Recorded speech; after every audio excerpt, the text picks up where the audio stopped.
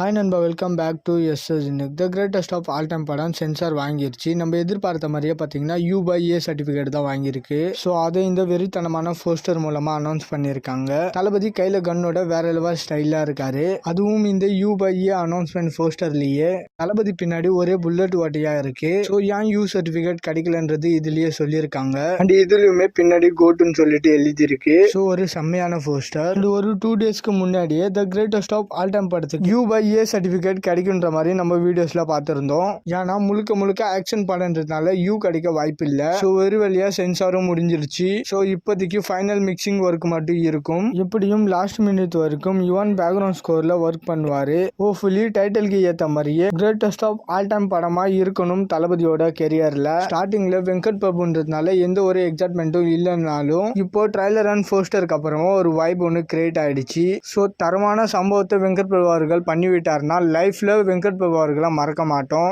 ஏன்னா already Ajith fans இன்னுமே வெங்கட் பிரபு அவர்களை மறக்கல. இன்னமும் மங்காத்தான்னு சொல்லிட்டு இருக்காங்க. ஸோ அதே மாதிரி நமக்கும் ஒரு படம் கொடுத்துட்டா போதும். அதுவும் தளபதி இன்னும் நடிக்க போறது ஒரே ஒரு படம் தான். இந்த 2 படத்துல ஏதாவது ஒரு படம் துப்பாக்கி மாதிரி அமையணுன்றது எல்லாரோட ஆசை.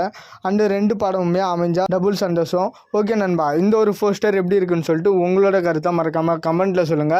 அண்ட் இது மாதிரி தளபதி பத்தின அப்டேட் தெரிஞ்சுக்க மறக்காம எஸ்எஸ் யூனிக் சேனலை சப்ஸ்கிரைப் பண்ணி சப்போர்ட் பண்ணுங்க.